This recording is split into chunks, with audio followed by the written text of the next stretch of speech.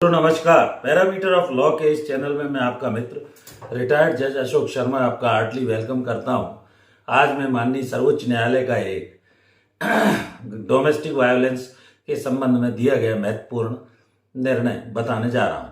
इस मामले के तथ्य ऐसे थे कि पत्नी लगभग 10 साल से अलग रह रही थी और उसने अपने पति, अपने सास ससुर और ननद के विरुद्ध एक झूठा मामला बाद में लगा दिया। मामला पंजीबद्ध हुआ, नीचे की कोर्ट से मामला चला, उसके बाद मामला हाई कोर्ट गया और पति, सास, ससुर, ननद जब हाई कोर्ट पहुंचे तो लिमिटेशन 1 साल है उनका कहना था। केस खत्म कर दिया था। पत्नी सुप्रीम कोर्ट तक गई और इस मामले में माननीय सर्वोच्च न्यायालय ने कुछ अहम बातें कही और सुप्रीम कोर्ट ने कहा कि घरेलू हिंसा एक्ट की धारा 31 के अंतर्गत केस दर्ज करवाने की सेक्शन 468 सीआरपीसी में जो लिमिटेशन दी गई है वो समय सीमा अप्लाई होगी 468 सीआरपीसी की। तो इसमें क्या हुआ कि पति, सास, ससुर, ननद के विरुद्ध जो मामला महिला द्वारा लगाया गया था डोमेस्टिक वायलेंस का, बाद में सोच समझकर घरेलू हिंसा के केस में माननीय सर्वोच्च न्यायालय का यह कहना था कि अपराध तभी शुरू होता है जब न्यायालय के आदेश का पालन उस पति के द्वारा नहीं किया गया हो और न्यायालय के आदेश का पालन नहीं करने के कारण लिमिटेशन का समय तब शुरू होता है जब पति द्वारा न्यायालय के आदेश की अवहेलना की जाती है। यह महत्वपूर्ण वर्डिक्ट माननीय सर्वोच्च न्यायालय द्वारा दिया गया।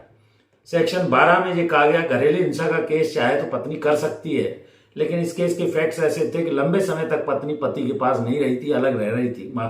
पैसे लेने के बाद फिर वो लोअर कोर्ट को उन्होंने नीचे भेजा और केस में ये कहा गया कि if there is any offence committed in terms of provisions of the act, the limitation prescribed under section 488, 468 will apply। तो न्यायालय के आदेश का यदि पति के द्वारा पालन नहीं किया जाता है और लिमिटेशन एक्ट का तभी समय शुरू होगा उस मामले में जब पति द्वारा न्यायालय के कोर्ट ने कोई ऑर्डर किया है, उसकी जानबूझकर नॉन कंप्लायंस की जाती है, ब्रीच ऑफ ऑर्डर किया जाता है। तो ये महत्वपूर्ण वर्डिक्ट आया। ये क्रिमिनल अपील क्रमांक 627/2022 SLP नंबर 2514/2021।